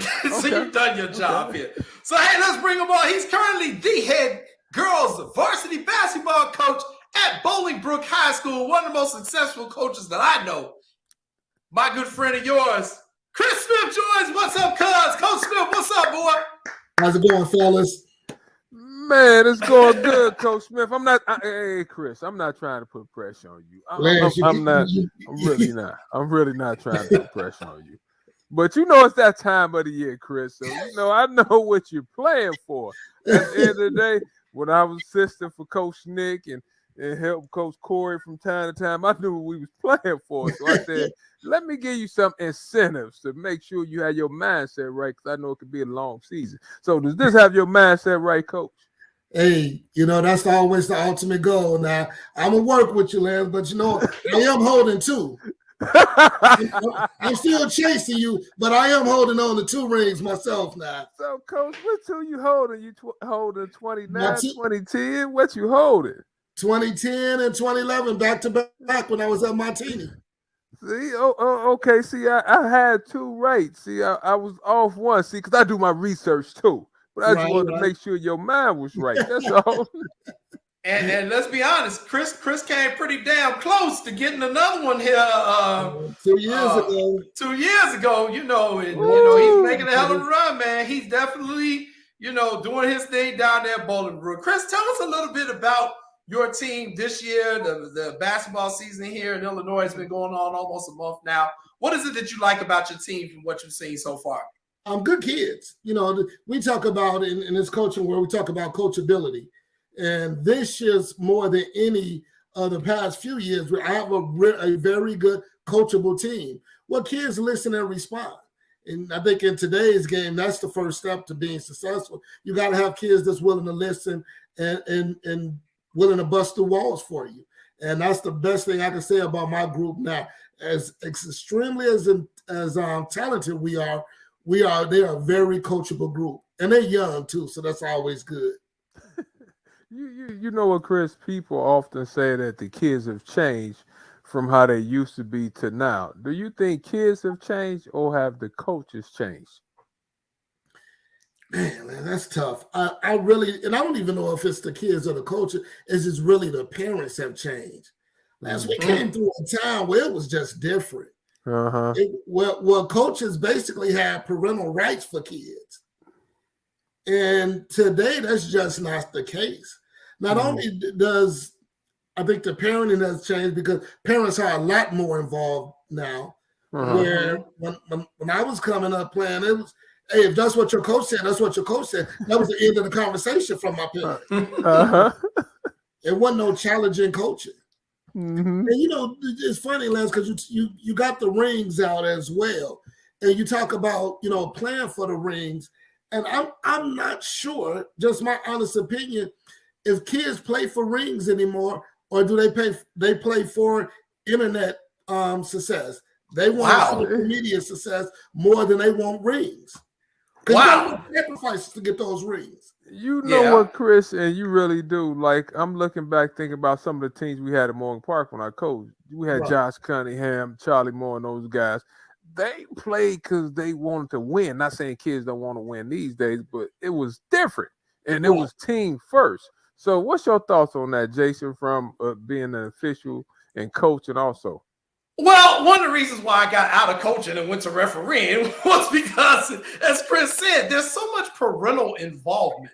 And I guess that would be my question. My next question to Chris is, obviously you want your parents involved. You definitely want to be able to answer their questions. But at what point do you consider some of the actions of today's parents going over the line? And what type of protocols or standards do you have in place in your program at Bolingbrook? So, the first thing is, at the beginning, you got to have that parents meeting. You got to set the guidelines. And the thing of it is the guidelines got to apply to everybody on the team. And once that is established, you just hopefully they buy in. And hopefully before you get to the season, you have created a relationship where they can trust. I'm really big on this word we call trust. You got to trust me. And, my message is simple. I don't tell you how to raise your kid. Please don't tell me how to coach your kid. I mean, it's just that simple. Come to the game, support your kid. Support the kids and everybody on the team. You do the parenting, I do the coaching. And Lance, I know you saw it, especially being a player and the coach and everything. The amount of feedback that kids get during games now from parents coaching in the stands. And I tell them every time, if you hear your parents' voice and you hear my voice at the same time, you're probably tuning me out because your parent is a dominant voice. So you tend to listen to them more than you listen to coaches. And that becomes a problem. And you know what, Coach? That's well said, especially at a program like yours in Bolingbrook, when you guys are used to winning out there. I know Tony was winning when he was there. They won several state championships. Do you find there's any pressure for you to keep the standards up at Bolingbrook? Yeah, because I put that pressure on ourselves. When we took this job, me and my staff took this job 9 years ago. But it's funny you say that because, I'm real big on this thing, don't shame the dynasty. What was created, you don't want to put shame to the dynasty that was created. But I'm going to be honest, I don't know if kids live for the dynasty. I don't think kids care about that anymore. Wow. What happened in the past is just that to them. It's the past. So, Coach, do you try to teach your kids about history, teach about legacy, the players that was there, like Ariel I know Ariel McDonald was there, and some more players that was at Bolingbrook. Morgan Tuck was there. So, about the legacy and history. Yeah, when they come in and they see Ariel's banner on the wall, they see Morgan Tuck banner on the wall, you see all the state championship, I would hope from being a former player that elicits something in your mind to say that, man, there's culture, there's history here. Once again, I don't want to shame the dynasty. I want to add to the dynasty. Well, and, when Ariel Massaguel and Morgan Tuck did it, they did it, and they sacrificed to do what? To win. They will do anything they could, unless to beat Whitney Young during that time frame. That rivalry between Bolingbrook and Whitney Young was huge.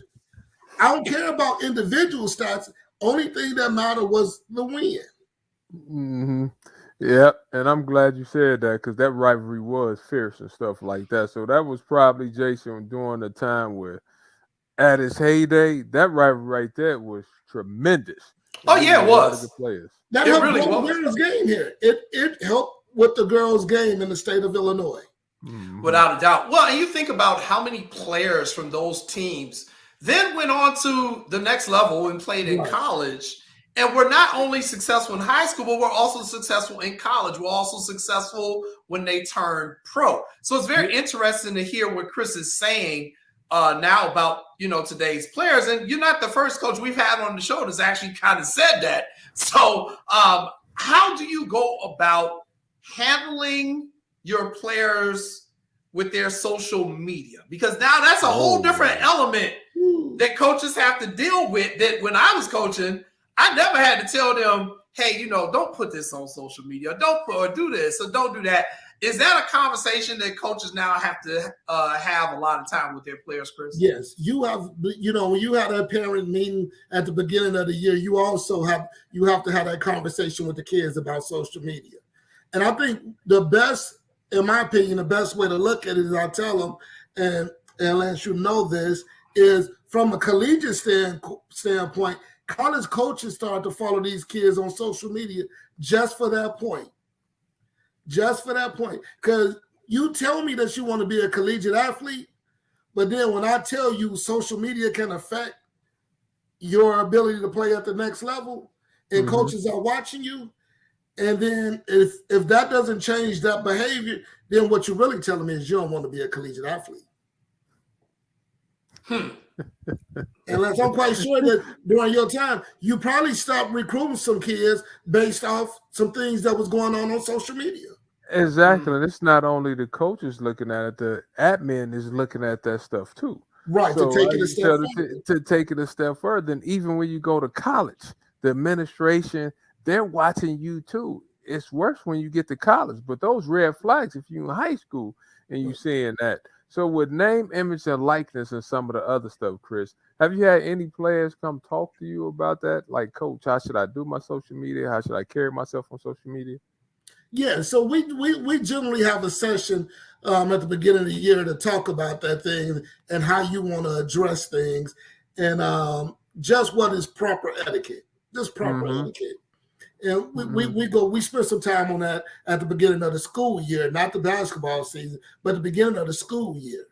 Because as you know, once school starts back, you get into open gyms, and then college coaches come out to open gyms, and that's when they really start to wonder, okay, I like this kid. Let me start following her.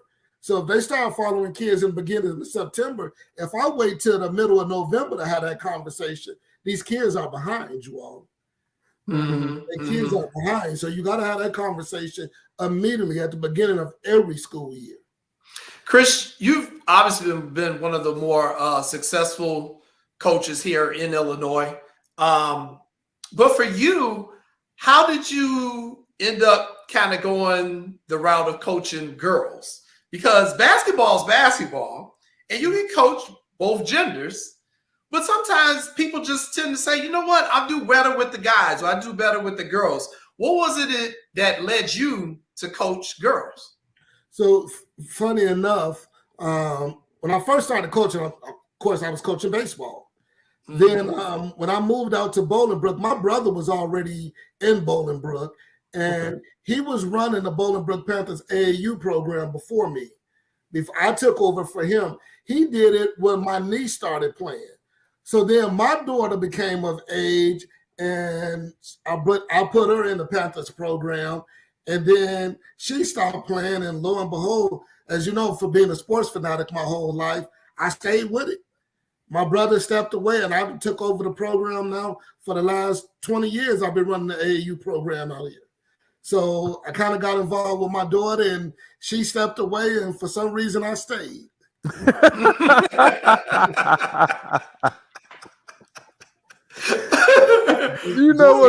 You know what, Coach? It's funny that you said that because that's how I started helping Mac those couple of years because my daughter Brooklyn played. And I found out it's really not a big difference. But is it more pressure these days on the AAU circuit or on the high school circuit for kids? it is, I hate to say it, and I've been doing high school I've been doing AAU longer than I've been doing high school, but the AAU is dominant, you all, because that's where everyone feel like their looks are coming from. But yet they don't understand it, and I get that concept because, as you know, college coaches go out to all these big AAU tournaments during the spring, summer, so that's what everyone want to see. They want to be out there to play in front of coaches. But what they fail to realize, I think, is sometimes high school ball is where you get better and you make your name for yourself. And they will never ever understand the level of respect and the level of the relationships that high school coaches like myself, and it's quite a few of us that have those relationships with so many collegiate coaches. It's just those are the ones, because as much as what you do in AAU matters to get you that look, but then they want to see how you act and how you respond when you're practicing for 2.5 hours a day, 6 days a week. Man, Coach, that's well said. And I often tell kids, I just had a conversation a couple of days ago. You spend as a player more time with your high school coach than you do with your AAU coach. You spend like 7 months with your high school coach. Let me ask you this, Chris. From a high school standpoint, you sent a lot of girls to college. Yes. What have you been doing to send your girls to college from an on the court and off the court standpoint? Well, I tell everyone it's like this, and this is the beauty of the girls' game to me. I tell people, when I went to Bradley, when I graduated from Bradley, it took me 17 years to pay off my student loans to go to college. So we can build a vehicle where student loans is not an issue. We can build a vehicle that you can use. In order to travel down that road, certain steps you got to take, you all, and it's just that simple. Trust the process. And, that's the term that everyone uses, but you got to trust the process. Trust it. Trust that I'm going to do what I need to do. Trust my relationships will take care of you as well. But it's work. But the girls' game is different than the boys' game, as you know, because the biggest thing with the boys' game is majority, and I could be wrong, just some of my thought is that a lot of boys ain't looking to go to college for 4 years. It's just not. That's true. That's true. It's almost a shame if you have to go to college and play 4 years on the men's side. You almost look as if it's a failure. You're a failure if you got to go for 4 years. So the goal out of this thing is to get a degree. And then let's start tracking to say that, man, I could get that degree maybe in 3.5 years and start a master's program. So now I could come out of there with a bachelor's and a master's and ain't paid $1. Game over. You won at that point, you all. On the girls' side, you won. Because you're going to college for 4 years on the girls' side. It's just that simple. Just that simple. Do you find you do a lot of work calling coaches to come out and watch your program, or is the program so established now where coaches just come out and watch? It's probably a combination of both. And it is. You're absolutely right. Once you establish like that, I don't have to make nearly the calls that I had when I first started, because the calls are automatically coming. Chris, what you got this year? Who I need to come see? And the great thing is, when you've been doing it long enough, you have had some success. It's not only who I have to see, who I have to see at Bolingbrook, but hey, who else in the state I need to be following? So I sell my program, but I try to help every kid in the state that I can. Let's talk about, for you, coaching mentors. Who were some of your coaching mentors? Well, growing up in the city on the boys' side, I always looked to Coach Cox at King, just what he did through the years. Me and his daughter Danielle been good friends for a long time. You look at what took place at with Simeon and Coach Amber. Just you watching those Marshall coach Bedford. Just remember watching those old school. Yeah, just remember watching those teams coming up as a young kid in the city on the south side, looking at the success they had. And it just, man, you go back on it and you look at what made them successful. And those are the people I started to realize. Then some of my early coaches who just helped me and mentored me along the way. Mm-hmm. Without a doubt. And it's funny, Lance, one of the guys, and and I'm just gonna take Chris back. So, Chris and I, we went to Luther South together. You see, I'm representing because I got my teammate on the show, so I gotta wear my Luther South baseball stuff, Lance. So put your head up. But it's funny that Chris and I both played baseball for one of the most successful high school basketball coaches in Troy Jackson, who was at Thornton. Yeah. And Troy Jackson was our baseball coach at Luther South. Right. I didn't know Troy coached baseball. Yes. Tell me, and I probably coach baseball. Yeah. Coach Jackson was my baseball coach for 3 years in high school. Wow. Didn't know that. And I try to pride myself in knowing history. So he had Chris for 3 years, and he had me for 1 year, my senior year, and then Chris was for 3 years. So it's just, and I try to say this to people, and especially young people, you never know what connections you make early in your life are going to pay off for you long into adulthood. And so, anytime I ran into Coach Troy, I was like, man, what you out here doing this basketball for? You a baseball coach at heart. And he just started cracking up laughing. But it's just really funny about that. And I guess, Chris, I wonder, are the coaches that are now going to come up under you, is there anyone that you are now mentoring to get into this coaching game? Yes, I got a kid now who's a GA. Brittany Patrick is a GA at University of Indiana right now, who's going to take that route. So we got plenty of kids who looking into that. Christina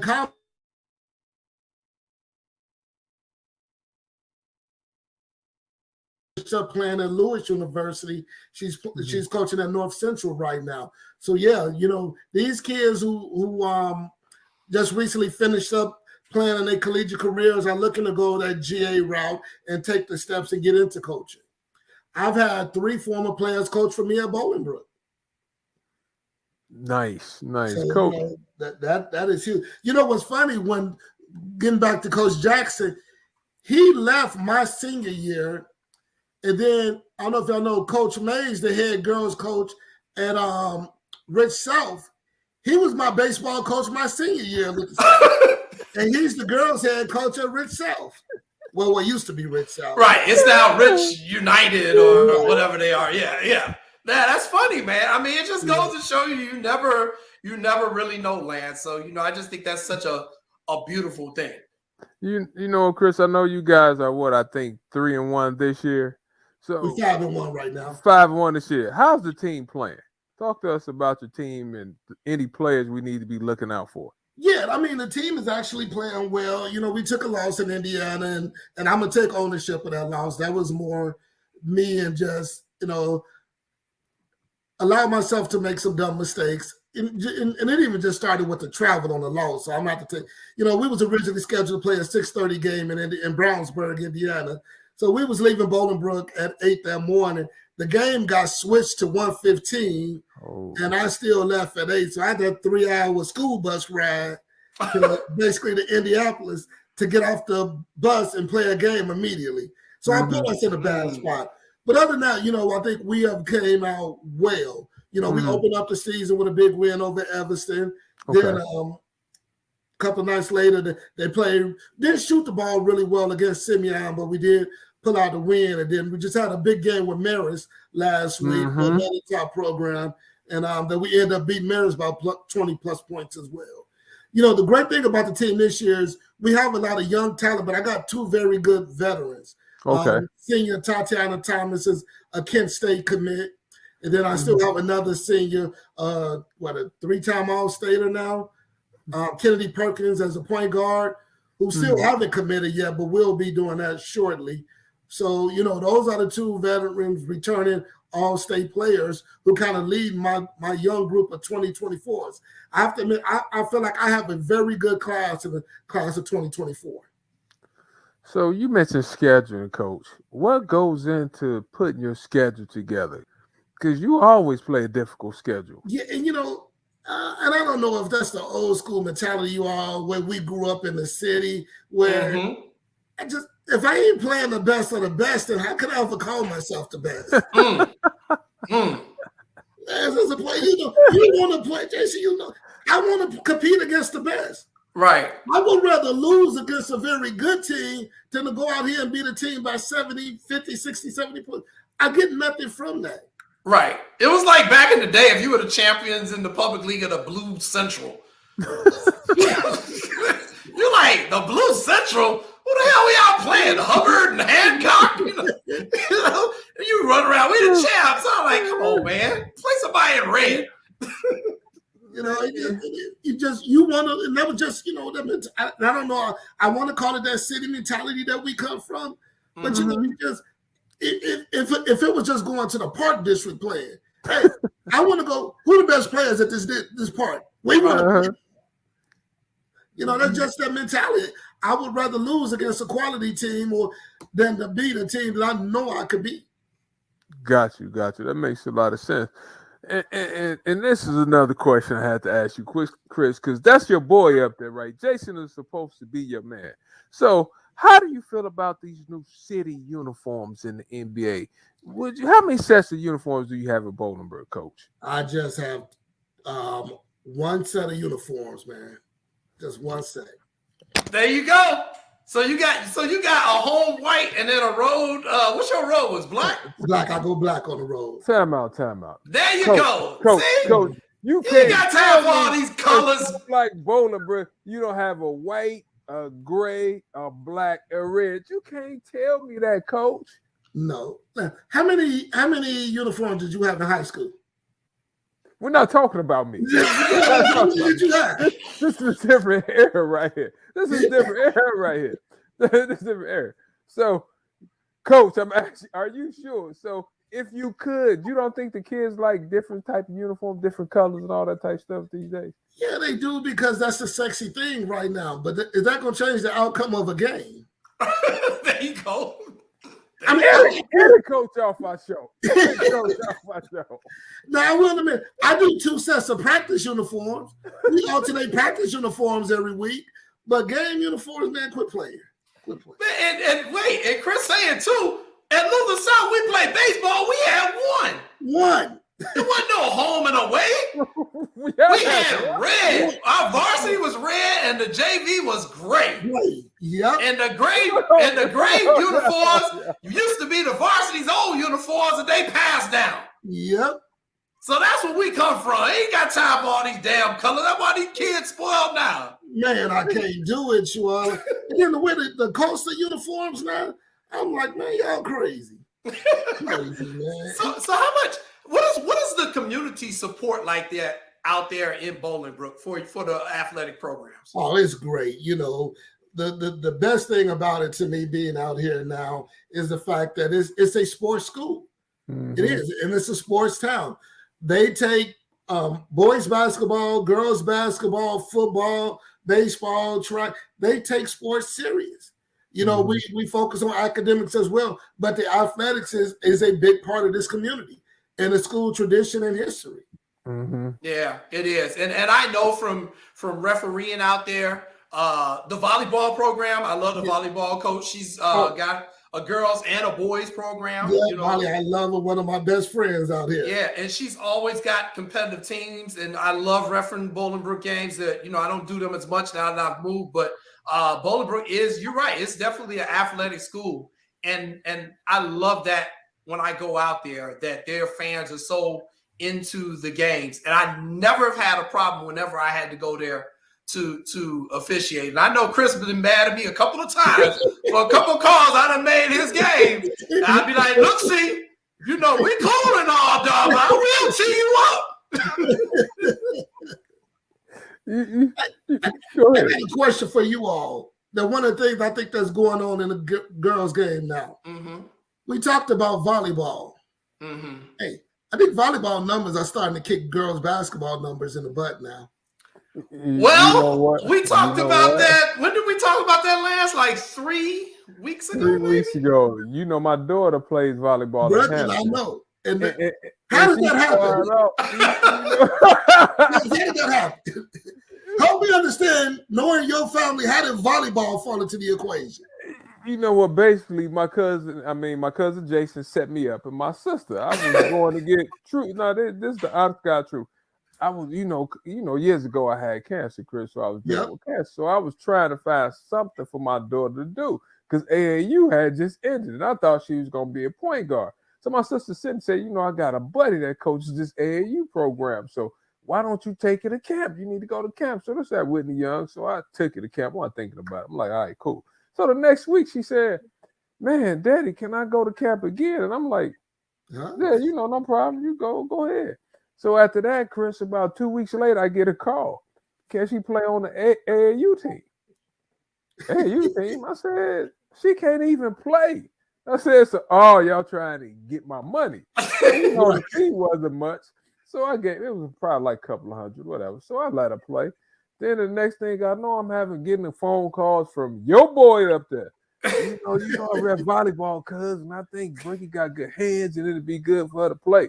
And Bricky overheard some of the conversation. So now I got Jason in my ear, Cindy in my ear. Yeah, and there were so many girls out there, like you said, Chris, which unbeknownst to me, I didn't know they was giving out scholarships like they was doing in basketball. But you only know what you know and what you don't know.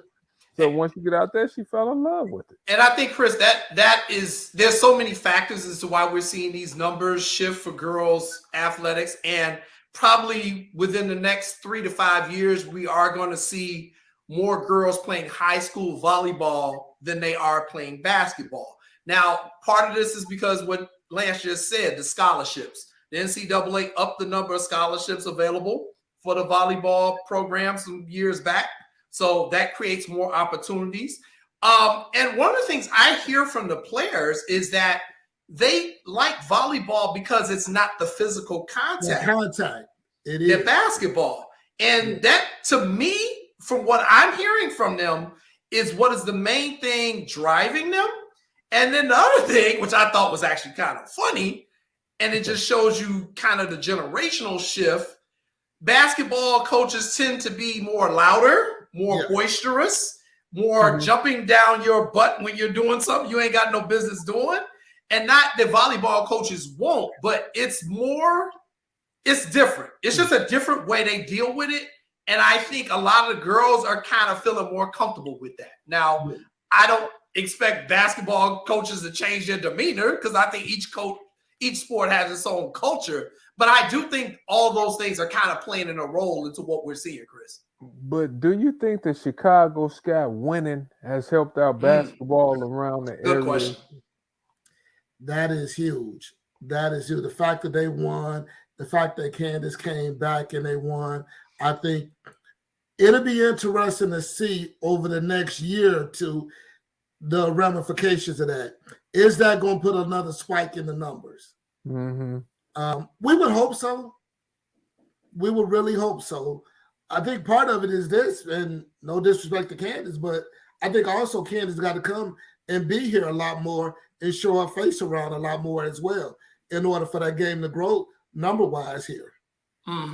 That's a good point. That's a good point. That's a great point. Do you get your former players that you coached, former players at Bolingbrook to come back and help the girls out? Yeah, I think that is huge. If I cannot have players come back and speak to the team, then we got problems. Yeah, well said. Because that, as you all know, that transition from high school to college is a monster. Mm-hmm. It is a monster. And a lot of kids, no matter some of the preparation, some of you can't be prepared for. Mm-hmm. Just some of it got to happen. And you just got to, how you going to handle it happening is the real big question. Mm-hmm. So gotcha. You want to get those people to come back and talk about those experiences. So we're once again being joined by Chris Smith, head coach, girls basketball out at Bolingbrook High School here in the Chicago area. We got a few more minutes with Chris. Lance, I know you got a question for Chris kind of about some of the local rivalries that are going on and how he sees Bolingbrook's place in that. Exactly. I know Tony is at HF. Mm-hmm. What is the Bolingbrook HF rivalry like? Oh, it's always fun. Heck, Tony was just over here with me last night. After his game last night, he stopped over to have a Diet Coke with me. So, so we always. I didn't get a call. Didn't get a call. I don't know if you really like Diet Coke. Nick Irvin didn't get a call. But you know that rivalry is huge. We as good as friends as good as friend me and Tony is. We very competitive on the court. Mm-hmm. We're very competitive, very competitive. And I don't know if the game rivalries are the same anymore, you all. And I think a lot of it is too that the mixture with AAU, a lot of these girls play with each other during the spring and summer. Okay. Wow. But y'all remember a time there wasn't no love for the opposing team. No. You're lucky to get through a handshake afterwards. Yeah. You put Luther South and Luther North together. Yeah. You put Luther South and Evergreen Park together. I mean, it's gonna be some hands thrown at something. Man, any other schools in the South Side when I went to Julian, we was playing. We wasn't singing Kumbaya. like you was like, man, hey, the only thing we say is after the game, help the team get to the bus so we don't have to fight. Right. We don't have to fight. So we don't have to fight. We don't want to fight. You know, we don't want to go over to Hyde Park and fight. We don't want to go over to Simeon and Carver and fight. Coach, let me ask you this real quick. Did they move the women's state tournament to Champaign also, or is just the boys state tournament? Just the boys. Just the boys. I think women still in Bloomington. Okay. And so interesting though, you all on that note real quick is I don't know if any other place bid on it outside of Bloomington. That'll be interesting because everyone bid it for the boys. Everybody in the state wanted the boys tournament. Right. I'd be interested to know if the IHS ever released how many bids actually went in for the women's event. That's a good question, and we can find that out. So, but let me ask you this: where do you think it should be? Should it be at the Sears Center, Hoffman Estate? Should it be in Chicago? If you could change it. I would love to see it in Chicago, you all. Maybe I'm biased because I'm from the South Side. I just refuse to believe, and I know the Sears Center did bid on it. Hoffman Estate did bid on it. I refuse to believe that those downstate and Central Illinois teams wouldn't love to come to Chicago for a weekend for the state tournament. You can't tell me they wouldn't. And see, so here's my thing, Chris, and I agree with you. I have a theory on that. Oh, here we go. No, seriously. I think what they should do, because the numbers at the girls basketball state finals are just abysmal compared to the boys. It's just unbelievable. And a big part of the problem, honestly, is that the Chicago area teams, the fans don't travel downstate. Whereas what Chris is saying, he believes the downstate and Central Illinois fans will travel to Chicago to support their teams. And I understand what the IHSA tries to do with geographic representation, though. But my suggestion is until you can build those numbers up to a justifiable level, what I'd like to see them do is have the 1A and 2A somewhere downstate in Bloomington. That's fine because that's where money of those teams are coming from. And they will come out and support their teams. And the 3A and 4A girls, you have it somewhere in the Chicago area. I don't care if it's at Wintrust Arena, UIC, United Center, Rosemont Horizon, anywhere. Because I think, the teams that are 3A and 4A from around the state, those fans will come up to Chicago, like Chris is saying. And then the other teams, let's be honest, the Chicago area teams have been kind of dominating in recent years. Their fan base is already there, so they definitely going to come out. So that would be my personal solution. And I understand because there's money involved. I'm willing to bet what they pay in Bloomington to set up the state tournament, especially when you look at the main sponsors of country companies and everything that's already headquartered in Bloomington as well, State Farm. And both of those are headquartered in Bloomington as well. So that helps out drastically. I was always a believer when Chicago State built the new arena, it would be a great spot to host. I understand that there's not the hotels right around that area to support having a girls' event there or a state tournament there. But kind of like Jason said, go ahead, cuz, because I was going to say you have the Wintrust, which facility is nice. University of Chicago. I even say Northwestern. Go to Evanston and do it. Yeah. Wintrust, the parking gonna get tricky though, because the parking is super expensive there. You know what though? Unless you're from the city and you know the free spots. Jason, when we went to the Chicago Sky game, parking was $12. It wasn't for me. I parked on Michigan Avenue for free. And I walked them 3 blocks in the cold. But yeah, I feel you. I feel you on that, Chris. And just before you get out of here, I gotta ask you. I got 2 questions to ask you. One you're gonna be mad about, the other one you're gonna be happy about. Which one you want first? Let's go mad. What's up with your Cubs, man?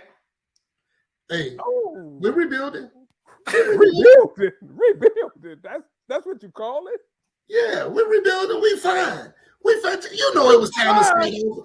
It was time to start over. We ran our course with Brian, Rizzo, and Javi. It was time to start over. Stroman pickup is huge. Now, what I do want to see, I want to go get Rodon.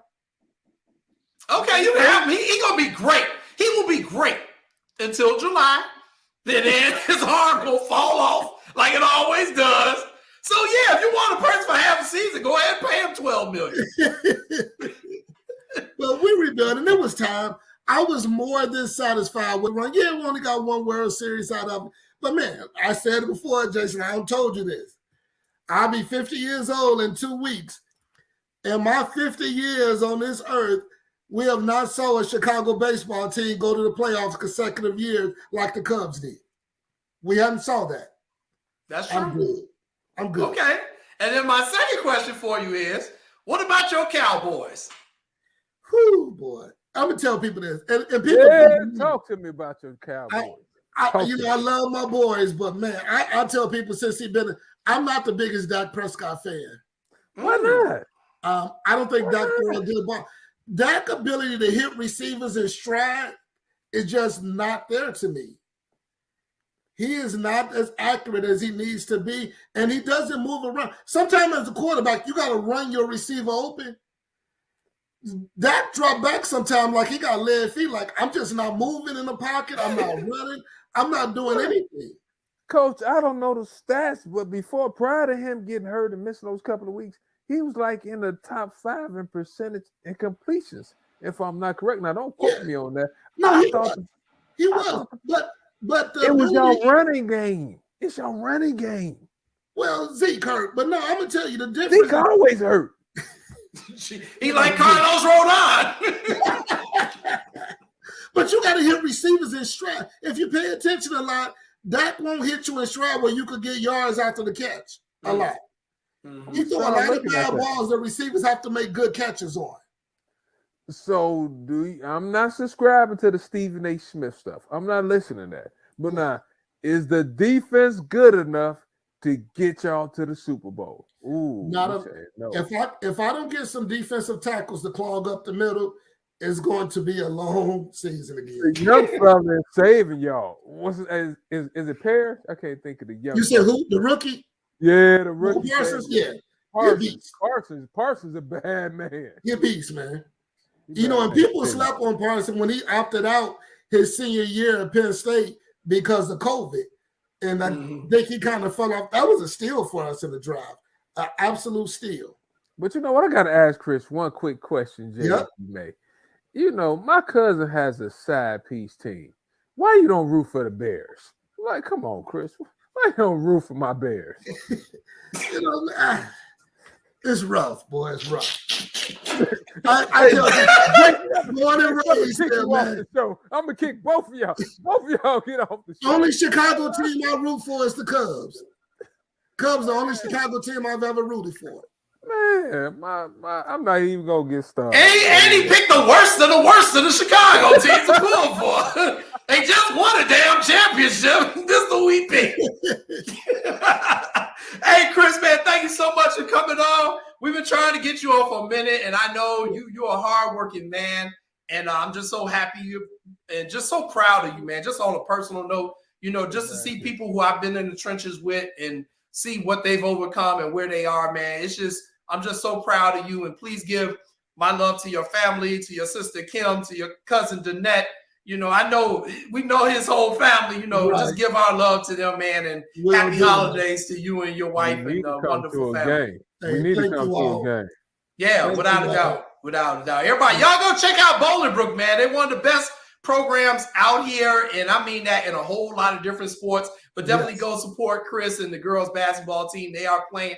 They're getting ready to get into that conference schedule, and hopefully he's going to be getting him a ring like Lance Irvin got in his background. I'm still chasing, Lance. I'm still chasing you, Lance. Hey, fellas, I appreciate the opportunity to talk to y'all tonight. No problem. Take care, Chris. All right, y'all take care. All right.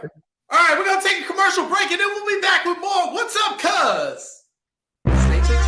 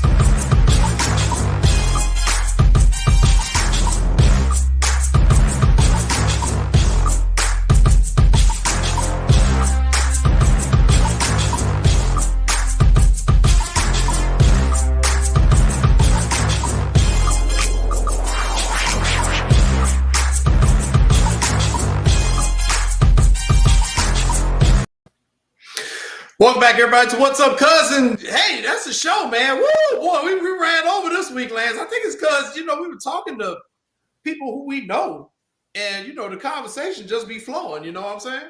Yeah, Jay, it was, and plus it's about the rings now. So when you talk about the championship rings and doing all that other stuff, sometimes the conversation get a little long. But we had a great show. I'm happy those guys was able to join us. I think next week, Jay, we should have Tim Anderson, assistant coach at University of Illinois, which they winning by 6 with like 30 seconds left. So he should be in a good mood. All right. Well, there you go. So next week, Coach Anderson from University of Illinois will be here on What's Up, Cuz. Hey, until then, you all be safe out there.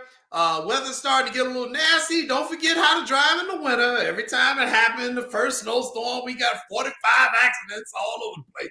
Everybody slow down, get to your destination safely. It's the holiday season. Be there for your family and be safe out there. So, on behalf of my cousin Lance Irvin and our producer Ivan Asked Out Vargas, who's in the hospital, and our substitution super producer Maya Kai, thank you so much for jumping in, Maya. We really appreciate it.